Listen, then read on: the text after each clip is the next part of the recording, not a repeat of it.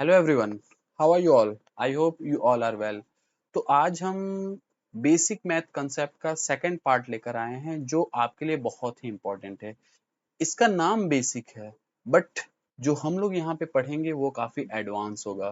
तो इसलिए वीडियो के अंत तक बने रहिएगा क्योंकि आपको बहुत सारी ऐसी चीजें हैं जो आपको हेल्पफुल होगी। तो चलिए हम लोग देखते हैं, एक ओवरव्यू देखते हैं कि आखिर हमने कल क्या पढ़ा था। तो अगर हमने देखा जाए तो कल हमने पढ़ा था नंबर सिस्टम, डिविजिबिलिटी के बारे में, इंटीजर्स के बारे में, ऑपरेशन ऑफ रैशनल नंबर्स के बारे में और बेसिक अलजेब्रिक एक्सप्रेशन के बारे में। तो ये सारी चीजें हमने कल पढ़ी थी इसके पार्ट 1 में, जिसका मैं लिंक डिस्क्रिप्शन बॉक्स में दे दूंगा। आप वहां से देख करके इन सारी चीजों को समझ सकते हैं। तो आप पता लगा सकते हैं कि ये प्राइम नंबर क्या होता है, स्मॉलेस्ट इवन प्राइम नंबर क्या है, स्मॉलेस्ट ऑड प्राइम नंबर क्या है, वन क्या है।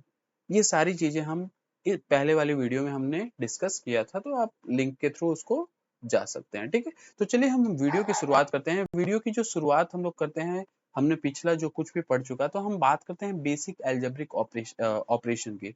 तो बच्चों, होता क्या है कि जब हम नाइन्थ, एट्थ, सेवेंथ, जब भी हम ये चीजें पढ़ते हैं, इवन हम कोई कंपटीशन एग्जाम का भी पेपर देखते हैं, तो उसमें हमें बेसिक अलजेब्रा के बारे में नहीं पता होता है। तो हमने प्रीवियस वाले लेक्चर्स में देखा था कि जो अलजेब्रा के दो ही पार्ट हैं। कौन से? एक है वेरिएबल और एक पार्ट क्या है हमारा? कांस्टेंट। यही दो मेन पार्ट हैं, वेरिएबल और कांस्टेंट। अगर आप इस इक्वेशन में देखें तो इस इक्वेशन में हमारा 5x है, तो यहाँ पे x क्या है? एक वेरिएबल है। वेरिएबल क्यों है? क्योंकि इसकी वैल्यू क्या होती है? हमेशा बदलती रहती है। और ये 9 क्या है हमारा? 5 क्या है? ये हमारा क्या है? कांस्टेंट है। क्या है ये? कांस्टेंट वैल्यू है। तो आप सोच लो कि वेरिएबल क्या होता है? चेंज होता रहता है। और कांस्टेंट क्या होता है?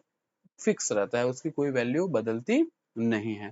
तो ये बेसिक अलजेब्रिक ऑपरेशन में हमने पिछले वीडियो में भी देखा था कि अगर सेम वेरिएबल हैं तो वो क्या हो जाएगा? x प्लस एक्स क्या हो जाएगा? 2x हो जाएगा। यानी अगर वेरिएबल सेम है तो वो क्या हो जाते हैं? ऐड हो जाते हैं। इसी तरह से अगर हमने यहाँ पे 3y और 5y किया तो क्या हो जाएगा हमारा? 8y हो जाएगा। क्यों? क्योंकि यहाँ पे y और y सेम है। और क्योंकि कोफिशिएंट उसके कुछ भी हो सकते हैं, यहाँ पे कोफिशिएंट 3 है, यहाँ पे कोफिशिएंट 5 है, तो उस उन 5 को हम क्या करते हैं? ऐड कर लेते हैं। 5 में 3 को ऐड कर लेंगे, टोटल कितना हो जाएगा? 8 हो जाएगा। तो आप ध्यान देना कि ये जितने भी वेरिएबल हैं, ये वेरिएबल आपके लिए इतने हेल्पफुल हैं क्योंकि आपको एडिशन में हेल्पफुल होंगे। तो आपको करना क्या है कि लाइक वेरिएबल को एक साइड करना है, अनलाइक वेरिएबल को एक साइड करना है। उसके बाद जो बेसिक मैथमेटिकल ऑपरेशन है, अर्थमेटिकल ऑपरेशन है, उनको अप्लाई कर देना है। तो यहाँ एक क्वेश्चन मैंने इसलिए लिया है क्योंकि ये एक हमारा क्या है? एक एल्जेब्रिक ऑपरेशन है, जिस एल्जेब्रिक ऑपरेशंस को हमें सॉल्व करना है। तो बेसिकली अगर देखा जाए तो ये टर्म हमारा लाइक है और ये टर्म लाइक है। ये हमारा कांस्टेंट टर्म है और ये कांस्टेंट टर्म है, और बीच में हमारा कौन सी वैल्यू है? इक्वल साइन है। तो होता क्या है कि हम जब भी ऐसे क्वेश्चन को सॉल्व करते हैं तो सबसे पहला जो फंडा होता है वो क्या होता है कि सेम वेरिएबल को, यानी जो भी सेम है, लाइक है, उनको एक साइड कर लेते हैं और जो अनलाइक है उनको एक साइड कर लेते हैं। तो हमारा जो टारगेट ये रहता है कि वेरिएबल, यानी ये कोई भी इक्वल साइन हो तो कोशिश करना कि एक साइड आपका वेरिएबल हो, ठीक है, और एक साइड आपका क्या हो? कांस्टेंट हो। ये आपका कंसेप्ट है ही। और वेरिएबल कैसा होना चाहिए? हमारा सिंगल वेरिएबल होना चाहिए। ऐसा नहीं कि उस वेरिएबल के साथ हम बहुत सारी चीजें इंक्लूड किए हुए हैं। तो चलो इस क्वेश्चन को हम देखते हैं। इस क्वेश्चन में आप देखो तो क्वेश्चन कह रहा है कि 5x plus 9 equal to 5 plus 3x। तो ये 5x आप देख रहे हो 9 है, और यहाँ पे क्या है हमारा? 5 प्लस 3x है। तो यहाँ पे आप देखो कि ये वेरिएबल और ये वेरिएबल, ये दोनों वेरिएबल आप ध्यान से देखना, ये दोनों वेरिएबल क्या हैं? एक जैसे हैं। तो हम क्या करेंगे? इनको एक साइड कर लेंगे। तो अगर हम इनको एक साइड कर लेते हैं तो ये ध्यान देना कि जब भी ये अपना स्थान बदलेंगे, यानी right hand to left hand या left hand to right hand, जब भी ये जाएंगे तो उनका सिंबल चेंज होगा। तो अब बताओ इसका सिंबल क्या है? +3 है। तो ये इधर जाएंगे तो क्या हो जाएंगे? ये हमारा -3x हो जाएगा। ध्यान देना, ये बहुत ही इंपॉर्टेंट कंसेप्ट है, अपने दिमाग में बैठा लो। कोई भी वेरिएबल है या कोई भी टर्म्स है, अगर लेफ्ट टू राइट या राइट टू लेफ्ट मूव करेंगे तो उनके सिंबल बदलेंगे, चाहे वो प्लस हो तो माइनस होगा और माइनस हो तो प्लस होगा। तो कभी कभी बच्चे गलती क्या करते हैं, जैसे हमने यहाँ पे कोई लिख दिया 5x माइनस 3y, तो अब मैं बच्चों से पूछूंगा बेटा x का क्या साइन है, तो बच्चे कहेंगे माइनस साइन है। नहीं, माइनस साइन नहीं है, हमेशा हमारे जो लेफ्ट में आपका जो रहता है वो हमारा साइन है। तो यहाँ 5x क्या है, पॉजिटिव है, यहाँ जो y टर्म है वो क्या है, नेगेटिव है। तो यहाँ पे जो 3x है वो क्या है, हमारा पॉजिटिव है, इसलिए वो वहां पे गया तो क्या हो गया, माइनस हो गया। और सिंपल सी बात है, ये 5 हमारा इनसाइड है ही, यानी एक ऑलरेडी राइट हैंड साइड में है, तो इनको जैसे के तैसे ही रहने देंगे। ये जो 9 भाई साहब हैं, इनको हमने उठाकर क्या किया, राइट साइड लाया। तो इनका साइन क्या है हमारा, आप ध्यान दे दीजिए, इनका साइन प्लस है, तो ये यहाँ आएंगे तो क्या हो जाएगा, माइनस। तो अब बताओ 5 में से 3x गया तो क्या हो जाएगा, 2x। और यहाँ पे सिंपल सी बात है, पहले वाले वीडियो में मैंने बताया था कि प्लस माइनस क्या होता है, माइनस होता है। तो 9 माइनस 5 इक्वल टू 4, और सिंबल किसका लिखा जाएगा, माइनस का। और यहाँ पे एक और बेसिक कंसेप्ट है, तो प्लस का तो माइनस हमने देख लिया कि प्लस का माइनस होता है, माइनस का प्लस होता है, लेकिन मल्टीप्लाइड का क्या होता है, डिवाइड। और डिवाइड का क्या होता है, मल्टीप्लाइड। यानी जब भी हम कोई मल्टीप्लाइड को अगर ट्रांसफर करेंगे, तो यहाँ पे आप कौन सा सिंबल है, कोई सिंबल नहीं है, तो यहाँ पे क्या है, मल्टीप्लाइड है। तो ये मल्टीप्लाइड है तो उधर से जाएगा तो क्या हो जाएगा, डिवाइड। तो यहाँ पे x इक्वल टू क्या हो जाएगा हमारा, -4/2। और यहाँ पे हम इसको कर दें तो x इक्वल टू क्या हो जाएगा, -2। तो यहाँ पे x की वैल्यू क्या हो गई हमारी, -2 हो गई। तो यहाँ पे दो तीन चीजें सीखी। पहली कि कोई भी अगर एल्जेब्रिक एक्सप्रेशन है, तो वेरिएबल को एक साइड करो, कांस्टेंट को एक साइड करो, प्लस को एक साइड लाओगे तो माइनस हो जाएगा, माइनस को इस साइड ले जाओगे तो प्लस हो जाएगा, मल्टीप्लाइड को इधर लाओगे तो डिवाइड हो जाएगा, और डिवाइड को इधर लाओगे तो क्या हो जाएगा, मल्टीप्लाई लाओगे। ये हमारा बेसिक कंसेप्ट होता है अलजेब्रा में। अलजेब्रा में का जो कंडीशन है वो क्या होना चाहिए, लाइक वेरिएबल एक side, plus minus subtract divide सब कुछ हो सकता है। ठीक है, तो हम एक नेक्स्ट में देखते हैं। देखो, ये एक ट्रांसफर कंसेप्ट है, ये मैंने इसलिए लिया है क्योंकि हमें इन चीजों को देखना चाहिए। चलो, हमने पिछले वाले स्लाइड में क्या बताया कि हमें वेरिएबल को एक साइड करना है और कांस्टेंट को एक साइड करना है। तो आप बताओ बेटा, इसमें से वेरिएबल कौन है। तो आप देखो यहाँ पे ये जो 2x/3 है ये भी वेरिएबल है, और 7x/15 ये भी वेरिएबल है। वेरिएबल इसलिए है क्योंकि इनका जो एक तरह से कह सकते हैं, जो वेरिएबल है वो x इधर भी है और x इधर भी है। तो मैंने क्या बताया था, वेरिएबल को एक साइड, कांस्टेंट को एक साइड। तो हम क्या करेंगे, हम ये करेंगे कि ये 2x अपॉन 3 को ऐसे ही रहने देंगे, ये 7x/15 जो आपका देख रहे हैं ना, इनको आप ले जाइए लेफ्ट में। तो जब लेफ्ट में ले जाएंगे तो क्या होगा भाई, इनका सिंबल चेंज हो जाएगा, तो ये क्या हो जाएंगे हमारे 7x/15 हो जाएंगे। मैंने इसलिए ये एग्जांपल ले रहा हूँ क्योंकि यहाँ से आप समझो कि वेरिएबल को एक साइड करना है, कांस्टेंट को एक साइड करना है। अब यहाँ पे 3 है तो ये 3 ऑलरेडी दे दो, और ये +1 इस साइड आएंगे तो क्या हो जाएंगे, -1 हो जाएंगे। मैं फिर से बता देता हूँ, आप भूलिएगा मत।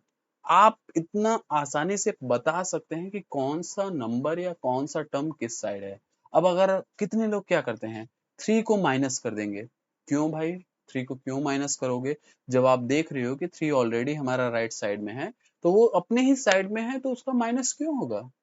माइनस तभी होगा जब वो अपने साइड को चेंज करेगा, लेफ्ट टू राइट या राइट टू लेफ्ट, तभी सिंबल चेंज होगा। तो ये आप आसानी से देख लो कि हम किसको लेफ्ट टू राइट ले जा रहे हैं और राइट टू लेफ्ट ले जा रहे हैं। इसके पहले मैंने बताया था बेटा कि 3 और 15 का पहले क्या ले लोगे, एलसीएम। मैंने पहले भी कंसेप्ट बताया था, क्या ले लेंगे, 3 और 15 का एलसीएम ले लेंगे, और 3 का डिवाइड करो 15 में। 3 का डिवाइड करो 15 में, कितने टाइम्स जाएगा, 3 1 3 और 3 5 15, कितने टाइम्स गया, 5।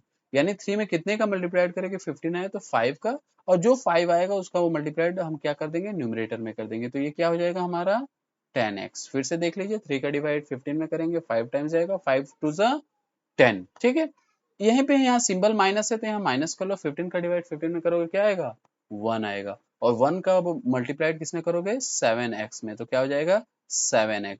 और यहाँ पे 3 - 1 = 2।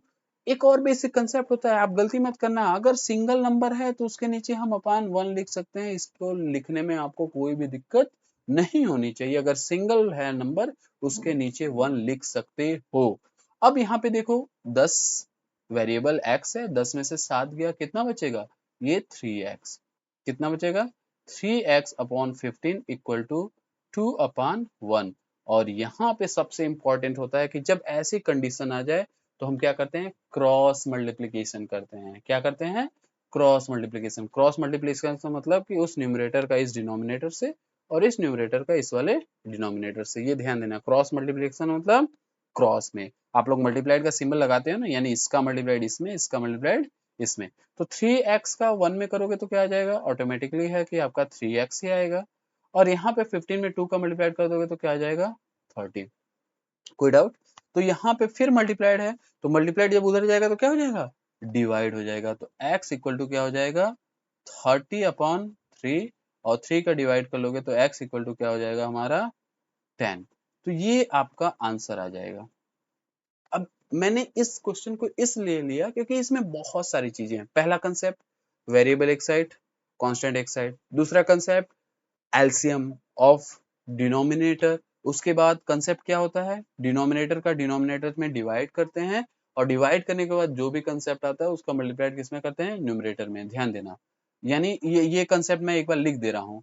डिनोमिनेटर को चेक करो कि किस नंबर से मल्टीप्लाइड करें कि ये हमारा ये डिनोमिनेटर यहाँ पे आ जाए। तो आप देखो यहाँ पे 3 था, 3 में कितने का मल्टीप्लाइड करें कि हमारा 15 आ जाए? तो हमने चेक किया ना, किससे मल्टीप्लाइड करेंगे? 5 से। यहाँ चेक किया ना कि 3 में कितने का मल्टीप्लाइड करेंगे कि 15 आ जाए? 5 से। तो 5 टू जा 10 आया ना।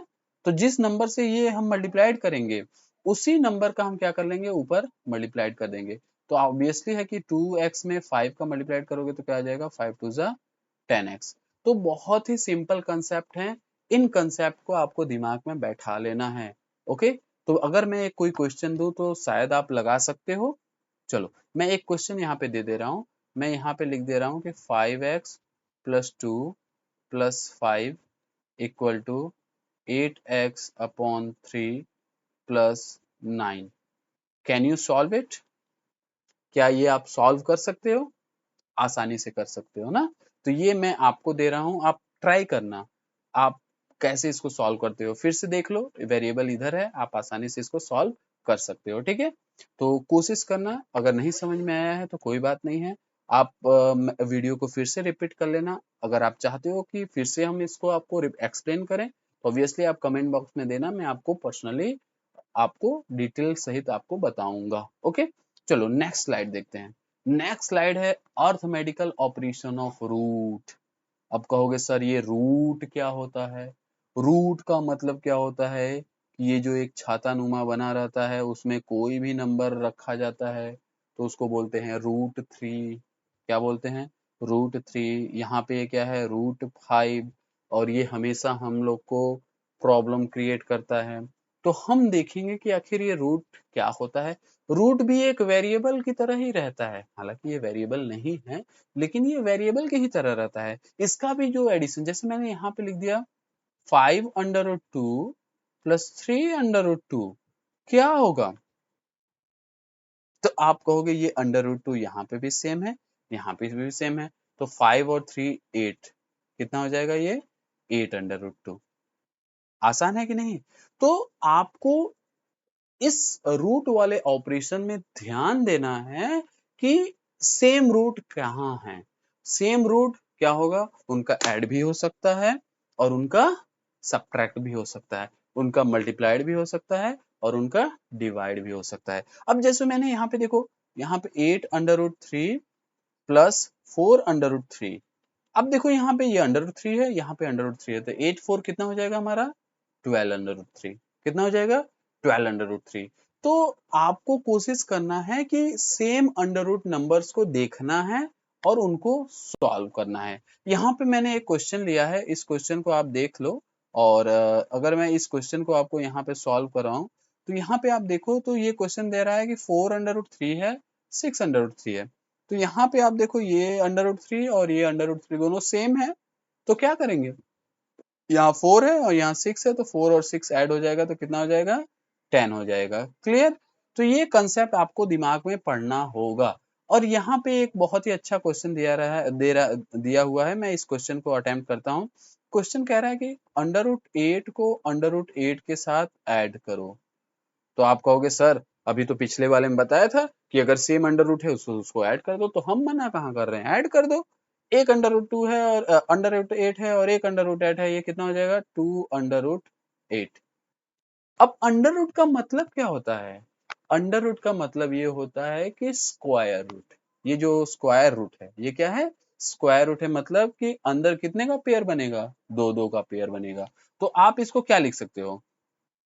आप 2 अंडर रूट 8 को क्या लिख सकते हो? 8 को क्या लिख सकते हो? 2 2 जा 4 2 जा 8। तो कुछ खासियत होती है इस अंडर रूट की। तो अंडर रूट के अंदर से कोई बाहर कब जाएगा? जब पेयर रहेगा। यानी ये जो एक घर बना हुआ है, एक छतरी बनाई हुई है, ये बाहर तभी जा सकता है जब उसका पेयर होगा, और बाहर से अंदर तभी आ सकता है जब, यानी बाहर अकेला रहेगा लेकिन अंदर आएगा तो दो हो जाएगा। तो यहाँ पे आप देखो किसका पेयर बन गया भाई? 2 का पेयर बन गया। तो ये 2 क्या हो जाएंगे? बाहर चले जाएंगे और एक अंदर 2 बचेगा। तो ये कितना हो जाएगा? 4 अंडर रूट 2। कितना हो जाएगा हमारा? 4 अंडर रूट 2। तो आप कोशिश करो कि जो कुछ अंडर रूट में है, अगर पॉसिबिलिटी बन रही है उसको बाहर खींच के निकालने की, तो निकाल लो। निकाल लोगे अच्छा होगा। अब निकलेगा कैसे? जब तक कि दो का पेयर न बने। यहाँ पे आपने देखा दो का पेयर बन गया है, इसलिए वो क्या हुआ? बाहर आ गया। अगर दो का पेयर नहीं बनता तो वो बाहर नहीं आता। तो यहाँ पे एक इमेज में मैंने एक क्वेश्चन लिखा हुआ है, under root 8 plus under root 18। अब कहोगे अरे भाई ये तो दोनों अलग है, 8 अलग है 18 अलग है। तो वही रूल है कि भाई दोनों में से कोई किसी का तो कोई चांस बनेगा कि वो बाहर आ जाए। तो चेक करते हैं कौन कौन बाहर आ सकता है। तो यहाँ पे आप देख लो, तो ये 2 2 जा 4 2 जा 8, और यहाँ पे आपका प्लस 18 में क्या है? 18 का फैक्टर क्या होता है? 2 3 जा 6 3 जा 18। अब देखो इसमें से किनका पेयर बन रहा है, तो आप आसानी से देख सकते हो कि पेयर इधर 2 का बन रहा है और इधर 3 का बन रहा है। तो भाई जिसका पेयर बन गया उसकी तो बल्ले बल्ले, वो क्या होगा? छतरी से बाहर आ जाएगा। तो ये क्या हो गया हमारा? 2 बाहर आ गया और ये 2 अंडर रूट 2 हो गया। और यहाँ पे भी आप देखो ये 3 क्या है? बाहर आ जाएगा और ये 3 अंडर रूट 2 हो जाएगा। तो अब क्या होगा? इधर भी अंडर रूट 2, इधर भी अंडर रूट 2। तो अब ये दोनों ऐड हो जाएंगे और ये क्या बन जाएंगे? 5 अंडर रूट 2। तो बहुत ही आसान कंसेप्ट है, बहुत ही इजी है। अगर आप समझना चाहो तो समझ सकते हो। और मैं आपको बता दूं, समझना बहुत आसान है। क्यों? क्योंकि ये सारी चीजें किसने बनाई हैं? इंसानों ने ही बनाई है, हमारे पूर्वजों ने ही बनाई है। तो जब उन्होंने बनाई है अपने दिमाग से, तो हम लोग तो उन्हीं के बेटे हैं ना, तो हम लोग को समझने में इतनी प्रॉब्लम क्या है? छोटी छोटी चीजें हैं, छोटी छोटी चीजों को सीखो, कोई इसमें प्रॉब्लम नहीं है। कितना इजी है, 18 है तो पहले उसका फैक्टर निकाल के बाहर निकालो, इसका भी फैक्टर करके बाहर निकाल लो, फिर आपस में ऐड कर लो। कौन सा बहुत बड़ा टास्क आपको मिल रहा है? लेकिन जब आप चाहोगे तब। वही कहते हैं ना, जहां चाह है वहां राह है।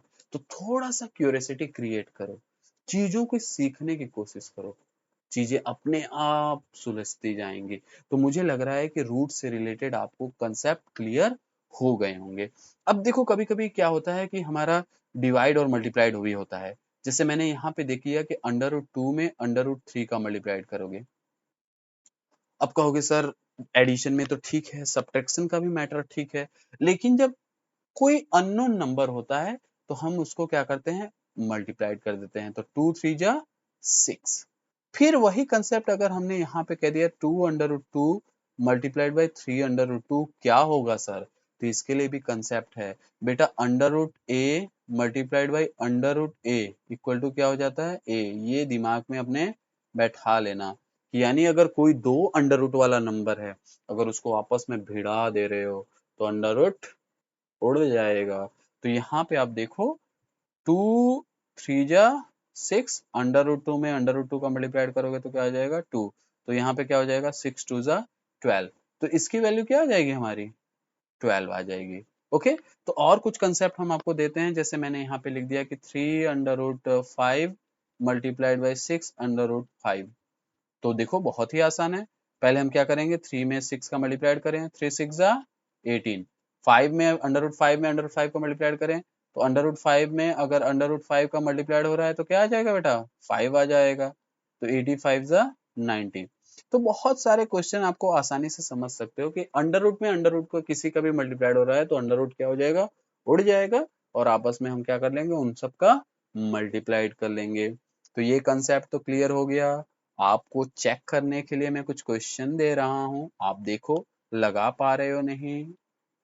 6√3 प्लस 5√3 कितना होगा? अगर आता है तो कमेंट में जरूर रिस्पांस देना और वीडियो को अंत तक देखना। तो 6 5 11, 11√3 6 है और 5 है, ये क्या हो जाएगा 11√3। ओके, तो कोशिश करना, बहुत ही आसान है। आगे हम लोग चलते हैं। अब बात आती है डेसिमल का। हमने कई बार देखा है बच्चों को, मैं कहता हूं बच्चों बताओ 0.1 और 0.01 कितना होगा? अब बच्चे कंफ्यूज होकर कहते हैं सर 1.1 होगा। अरे भाई, डेसिमल का एडिशन नहीं जानोगे तो कैसे बाकी के क्वेश्चन सॉल्व करोगे? तो इसके लिए सबसे आसान तरीका होता है डेसिमल का। बस आप देख लो कितने हैं, 1 2 3 4, तो 4 एडिशन है, तो बढ़िया सा 4 बिंदी यहाँ पे आप लगा लीजिए। मैं ये एडिशन का फॉर्मूला बता रहा हूँ, कंसेप्ट बता रहा हूँ, आपसे कभी गलती नहीं होगी। यहाँ पे 1 2 3 4 नंबर्स को, डेसिमल नंबर्स को ऐड करना है, तो बस 4 बिंदी लगा दो। फिर अब क्या करो कि जितनी बिंदी के इधर नंबर लिखे हैं उसको लिख दो राइट साइड में, और जितने लेफ्ट साइड में लिखे हैं इसको। तो पहला देखो, राइट साइड में केवल 5 है और इधर क्या है 0 है, तो भाई लिख दिया हमने। यहाँ पे क्या है 0 5 है और इधर क्या है 0 है, इधर क्या है 0 0 5 है और इधर क्या है 0 है, इधर क्या है 5 है और इधर क्या है 0 0 5। तो अब जहां कुछ बच रहा है वहां पे आप क्या कर लो, डबल जीरो डबल जीरो। अब क्या कर लो, इसको ऐड कर लो। तो 5 5 10 कैरी 1 5 1 6 5 1 5 1 6 एंड 5 और यहाँ पे 5।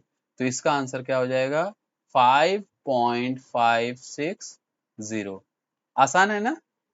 बहुत बार ऐसा होता है, मैंने देखा है जब बच्चों को क्वेश्चन दिया जाता है तो बच्चे पता नहीं अपना कौन सा गणित इन्वेंट कर लेते हैं और कैसे लगा लेते हैं, आई डोंट नो। बट आप ऐसी गलती मत करना, क्योंकि आप ये वीडियो देख रहे हो और ये वीडियो देखने के बाद अगर आप गलती कभी नहीं करोगे। तो बेसिक कंसेप्ट मैंने बता दिया कि बस आप 0 0 एक क्वेश्चन में दो, जैसे मैंने यहाँ पे लिख दिया, बताओ भाई 0.1 प्लस 0.1 प्लस 0.001 प्लस 1.001, क्या करना है? सिंपल सी बात है, काउंट कर लो 1 2 3 4। तो 4 0 है तो बस 4 0 यानी 4 डेसिमल आप यहाँ लगा लो। फिर यहाँ पे क्या है 1 है और यहाँ पे 0 है, यहाँ पे 0 और 1 है और इधर आपका 0 0 1 है।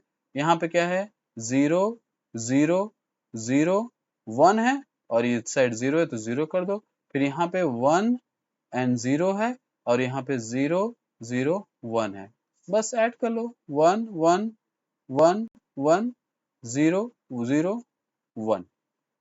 तो आप देख सकते हो यहाँ पे, सॉरी यहाँ पे क्या हो जाएगा हमारा 1 हो जाएगा, यहाँ पे क्या हो जाएगा हमारा 1 हो जाएगा। तो आप देखो यहाँ पे डेसिमल है, यहाँ पे भी डेसिमल है, यहाँ पे भी डेसिमल है, तो बस देखो कि कहीं आप गलती तो नहीं कर रहे हो। आप इसको इस तरह से लगा सकते हो 10.001। ओके, तो ये 1 ये 1 ये 1 और ये 1 और ये 0 ये 1 और ये 1।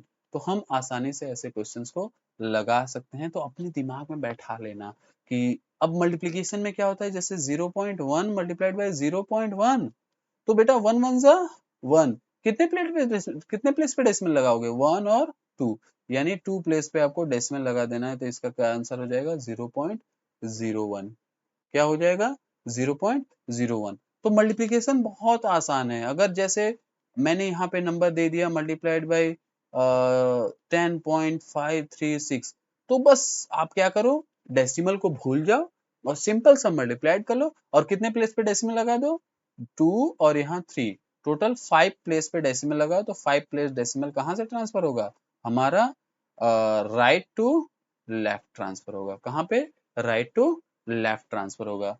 क्लियर।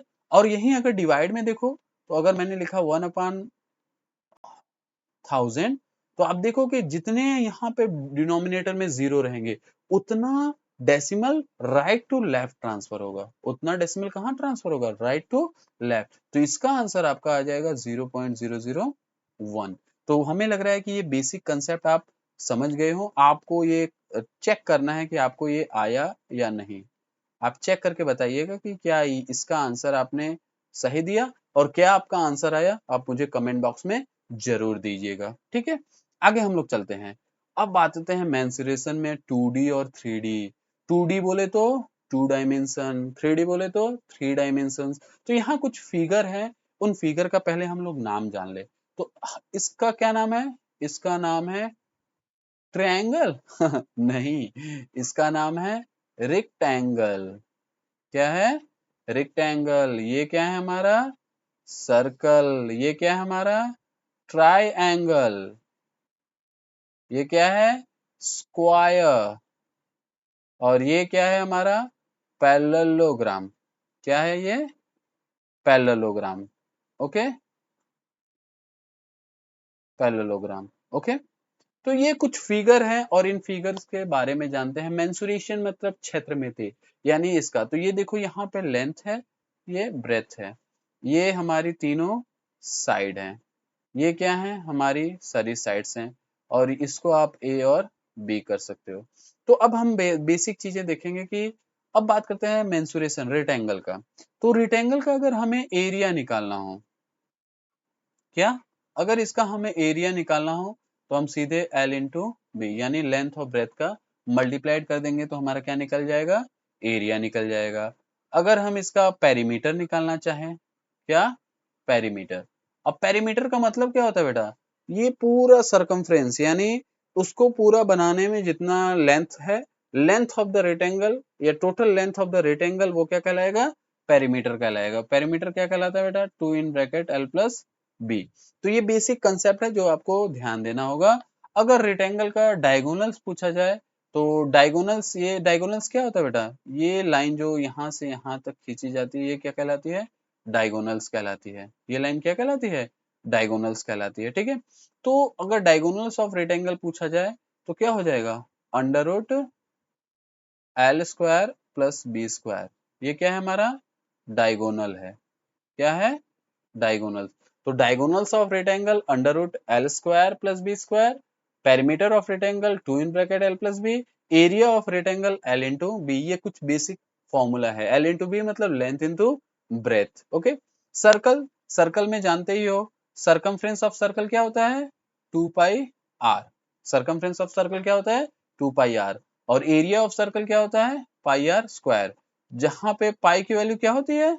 22/7। ये बेसिक फॉर्मूला है, आप याद कर लीजिए।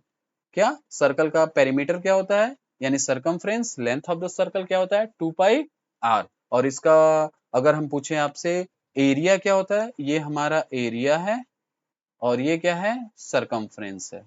क्या है ये? सरकमफ्रेंस। ओके। तो सरकमफ्रेंस 2 पाई आर और एरिया क्या है? पाई आर स्क्वायर।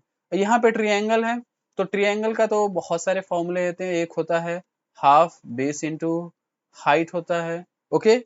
इसके बाद एक होता है अंडर रूट 3/4 ए स्क्वायर। ये इक्विलैटरल ट्रायंगल के लिए है। ये किसके लिए है? ये तो बेस और हाइट दिया रहे तब के लिए है। ये इक्विलैटरल ट्रायंगल के लिए है।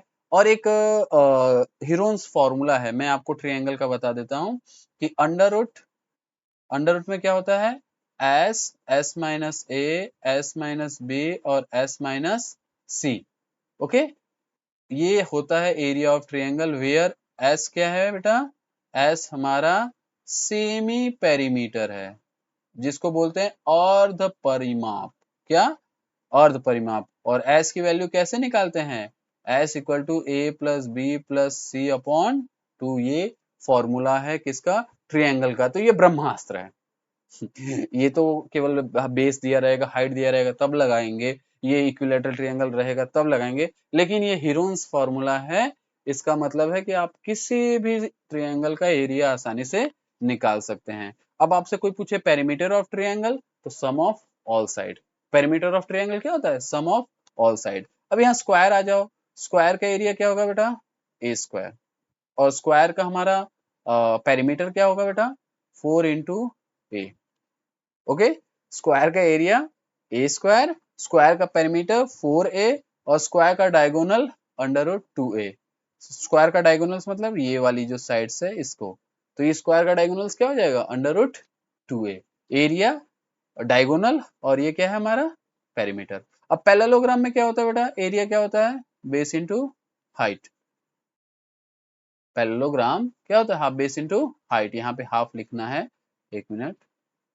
हाफ बेस इंटू हाइट, क्या लिखेंगे? Half base into height. तो ये पैरेललोग्राम है। तो पैरेललोग्राम क्या होता है? हाफ बेस इंटू हाइट, ये इसका एरिया है। ठीक है, तो इन सभी को एक बार अपने दिमाग में बैठा लेना है कि कौन सी चीजें कहाँ पे है। एग्जाम में अधिकतर पूछता है कि what is the longest length. मैं बता दूं, एक क्वेश्चन एग्जाम में पूछता है कि what is the longest length of any any कह सकते हैं कि कोई भी लंबे से लंबा अगर एक डंडा है या एक कोई भी लेंथ का कुछ भी हो, उसको रूम में हम कैसे कर सकते हैं। तो अगर आप रूम में बैठे होंगे तो लास्ट कॉर्नर से लेकर के लास्ट कॉर्नर तक जो रहेगा वो मैक्सिमम लेंथ रहेगा। वो क्या रहेगा हमारा? मैक्सिमम लेंथ रहेगा। तो उसी को हम बोलते हैं डायगोनल, और diagonals of rectangle under root L square plus B square. Okay, तो चलो हम आगे चलते हैं। कुछ ये बेसिक ज्योमेट्रिकल फिगर्स हैं जिनकी प्रॉपर्टीज हमें तैयार रखना है। तो ये मैंने बताया ना, ये कौन सा फिगर है? आप बताओ, ये कौन सा फिगर है? ये है हमारा रेक्टेंगल। तो आप बताओ भैया, रेक्टेंगल में कितनी साइड्स होती हैं? 4 साइड्स होती हैं। 4 साइड्स क्या होती हैं? पैरेलल होती हैं। और क्या होती हैं? इक्वल। तो opposite sides are parallel and equal. Okay, opposite sides are parallel and equal. और ये जो दो एंगल बनते हैं वो सभी एंगल कितने डिग्री के बनते हैं? 90 डिग्री के। कितने डिग्री के बनते हैं? 90 डिग्री। यानी एक जो हमारा रेक्टेंगल है उसकी सारी साइड्स क्या होती हैं? यानी अपोजिट साइड्स पैरेलल और इक्वल होती हैं। जो एंगल्स उसके अंदर बनते हैं वो क्या होते हैं? 90 डिग्री के होते हैं। इनके डायगोनल्स क्या होते हैं? हमेशा इक्वल होते हैं। ठीक है, ये हमारा क्या है? ये हमारा रोम्बस है। क्या है? रोम्बस। तो रोम्बस भाई किसका भाई है? स्क्वायर का ही भाई है। तो हम कह सकते हैं कि सारी साइड्स जो होती हैं इसकी इक्वल होती हैं। लेकिन ये जो डायगोनल्स होते हैं ये एक दूसरे को परपेंडिकुलर बाइसेक्ट करते हैं। क्या करते हैं? परपेंडिकुलर बाइसेक्ट करते हैं। तो परपेंडिकुलर का मतलब क्या होता है? कि ये एक दूसरे को कितने डिग्री पे बाइसेक्ट करते हैं?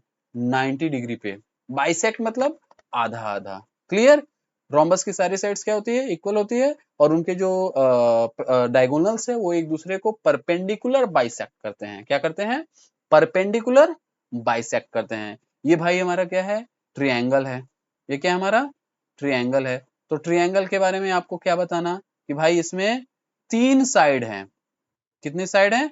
3 साइड हैं और 3 एंगल हैं। ट्रायंगल मतलब कि एक ऐसा फिगर जो it is surrounded by the 3 sides and 3 angle. जब 3 एंगल हैं तो उनका जो सम होगा वो कितने डिग्री होगा? 180 डिग्री का होगा। और इसके लिए भी एक फॉर्मूला है, मैं आपको बता दे रहा हूँ। n-2 into 180। यानी कोई भी पॉलीगॉन का कोई भी फिगर हो, अगर उसके इंटरनल एंगल का सम निकालना हो तो हम क्या फॉर्मूला यूज करेंगे? n-2 into 180। 3 एंगल का क्या होता है? 3। तो 3 में से 2 जाएगा तो कितना हो जाएगा? 1 ना। तो 1 में 180 का गुणा करोगे तो क्या आ जाएगा? 180। तो हम कह सकते हैं ये फॉर्मूला है, इसको आप दिमाग में बैठा लो, क्योंकि n-2 into 180 what? n-2 into 180। अब ये कौन है भाई? ये है हमारे स्क्वायर जी। तो स्क्वायर क्या है? All sides are equal, diagonals are equal, each angle create how many degree? 90 degree. तो ये प्रॉपर्टीज है किसकी? स्क्वायर की। रेक्टेंगल में क्या होता है? Opposite sides are equal and parallel to each other, but इसकी all sides are parallel to each other. यानी कोई भी साइड्स देख लो, आमने सामने की साइड्स पैरेलल होंगी और इक्वल होंगी। और ये हमारा क्या है? एक पैरेललोग्राम है। क्या है? पैरेललोग्राम, पैरेललोग्राम में अपोजिट साइड्स क्या होती है, पैरेलल और इक्वल होती है। तो इसकी भी बहुत सारी प्रॉपर्टीज हैं। प्रॉपर्टीज ये है कि जो इन दोनों के अपोजिट एंगल्स होते हैं वो इक्वल होते हैं, यानी अगर यहाँ पे ये 70 डिग्री का है तो ये भी 70 डिग्री का होगा। क्लियर। और ये जो एडजेसेंट एंगल होते हैं, कैसे एंगल, एडजेसेंट एंगल, तो एडजेसेंट एंगल हमेशा सप्लीमेंट्री होते हैं। सप्लीमेंट्री का मतलब कि उन दोनों को जोड़ने पे कितना आना चाहिए, 180 आना चाहिए। क्या, उन दोनों को ऐड करने पे कितना आना चाहिए, 180 आना चाहिए। तो ये क्या होंगे कि सप्लीमेंट्री होंगे। तो एक फिगर में बना दे रहा हूं, आप बताओ कि क्या क्या इसकी चीजें आ सकती हैं। अगर ये 60 है तो इसके सामने वाली क्या होगा, ये भी 60 होगा ना। और ये 60 है तो एडजेसेंट एंगल सप्लीमेंट्री होते हैं, तो ये क्या हो जाएगा 120, और ये भी क्या हो जाएगा 120। तो ये केवल आपको मैंने समझाने के लिए बताया है। तो ये बेसिक आपको कंसेप्ट क्लियर हो गए कि कुछ बेसिक फिगर हैं, उनके बारे में आपको जानना बहुत जरूरी है। आगे चलते हैं, स्क्वायर एंड स्क्वायर रूट। तो ये 1 से लेकर के 100 तक का स्क्वायर है। हम कैसे स्क्वायर और स्क्वायर रूट निकालते हैं, तो स्क्वायर रूट निकालने के दो ही मेथड हैं। एक होता है हमारा प्राइम फैक्टराइजेशन, क्या, एक होता है प्राइम फैक्टराइजेशन और एक होता है डिवीजन मेथड। तो चलो हम इसमें से कोई नंबर ले लेते हैं, जैसे हमने यहाँ पे ले लिया, सिंपल नंबर लेंगे क्योंकि ज्यादा, ओके 144 ले लिया। तो 144 का पहले फैक्टर निकालो, 2 7 जा 14, 2 2 जा 36 आ जाएगा। जैसे एलसीएम आप निकालते हो वैसे ही आप इसको निकालते चलो, ठीक है।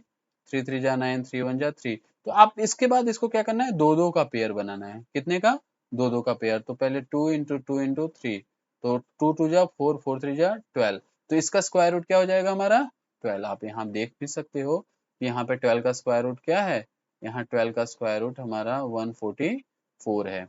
ओके, तो ये प्राइम फैक्टराइजेशन मेथड हो गया। और डिवीजन मेथड में क्या होता है, जैसे हमने कोई भी एक नंबर ले लिया 764 का, हमें डिवीजन मेथड से करना है।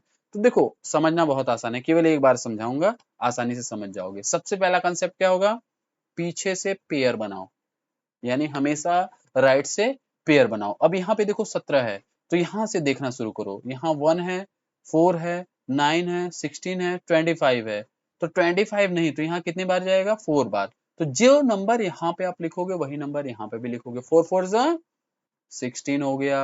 अब क्या करोगे, 17 माइनस 16 इक्वल टू 1, और यहाँ पे 64। और एक और चमत्कार वाली बात क्या होती है, जिस नंबर से आपने ऊपर लिखा है वही नंबर फिर आपको नीचे लिखना होगा। 4 लिखा है तो 4 लिखा होगा, 5 लिखा होगा तो 5 लिखा होगा, 6 लिखना होगा तो 6 लिखोगे।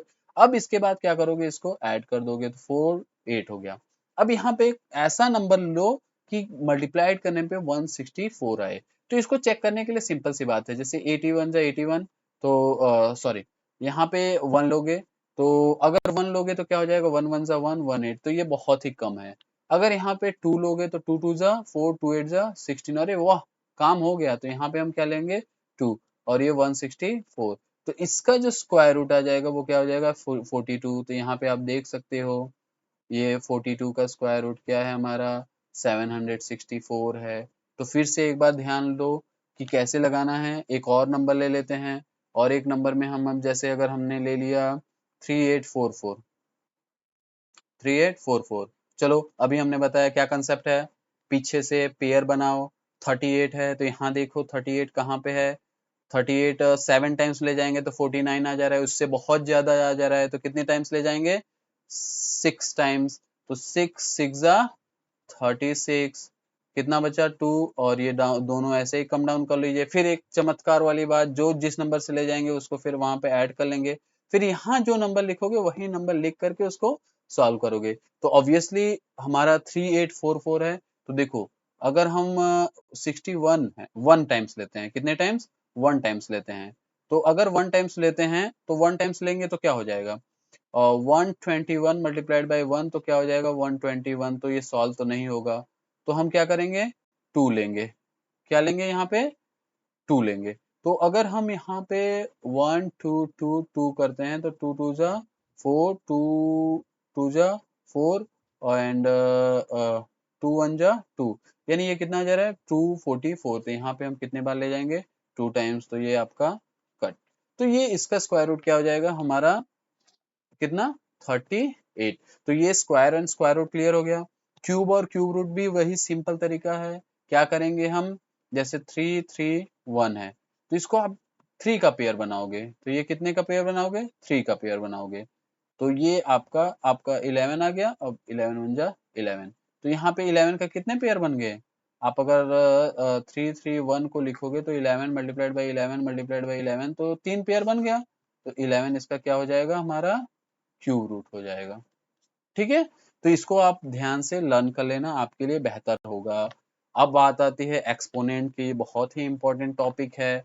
तो प्रोडक्ट, यानी अगर बेस सेम हो, क्या, मैं थोड़ा सा एक सेकंड में कहाँ हूँ मेरा, ओके, मैं पेन थोड़ा सा बदल लूँ, इंक इसके बदल लूँ, देखता हूँ।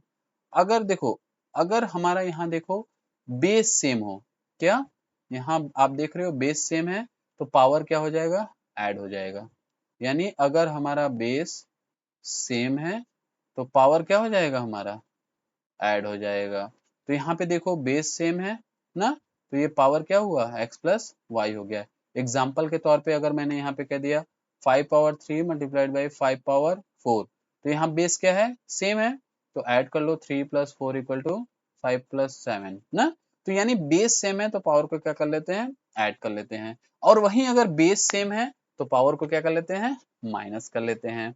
और ये बहुत ही इंपॉर्टेंट है, अगर कोई क्वेश्चन पुटअप कर दिया कि भाई बताओ 5 पावर 3 यानी पावर के पावर हो तो क्या होगा, मल्टीप्लाइड हो जाएगा, यानी 3 3 जा 9, तो ये क्या हो जाएगा 5 पावर 9। तो यही है कि अगर यहाँ पावर के पावर है तो उसका क्या हो जाएगा, हमारा मल्टीप्लाइड हो जाएगा। ठीक है, लेकिन अगर बीच में मल्टीप्लाइड है, ऊपर एक सिंगल पावर है, तो इसका मतलब ये इसके पावर भी जाएगा और ये इसके भी पावर जाएगा। ठीक है, अगर बेस में है, यहाँ पे भी आप देख लो डिवाइड है, तो डिवाइड भी दोनों पावर में जाएंगे। और ये बहुत ही इंपॉर्टेंट है, किसी भी नंबर के पावर 0 है, जैसे अगर तुम्हारा नाम रोहन है, अगर तुम्हारे पावर 0 है तो तुम्हारी भी वैल्यू क्या होगी, 1 होगी। यानी कोई भी नंबर हो अगर उसके पावर 1 है तो उसकी वैल्यू क्या होती है, 1 होती है। अगर कहीं भी माइनस ऊपर लग गया पावर में तो ये समझ लेना उसका रेसिप्रोकल है। जैसे अगर हमने यहाँ पे लिख लिया क्या, 5 पावर -1, तो इसका मतलब क्या हो जाएगा, 1/5, इसको बोलते हैं रेसिप्रोकल। क्या बोलते हैं, रेसिप्रोकल बोलते हैं। क्लियर, तो ये हमारा क्या हो जाएगा, रेसिप्रोकल हो जाएगा। ठीक है, तो ये कुछ बेसिक कंसेप्ट हैं जिसको आपको समझना होगा। Okay, so thank you and जय हिंद। फिर हम मिलते हैं नेक्स्ट वीडियो में, तब तक के लिए अच्छे से रहिए और वीडियो को एक बार नहीं 2 3 बार देखिए, जिससे कि आप सारे कंसेप्ट को क्लियर कर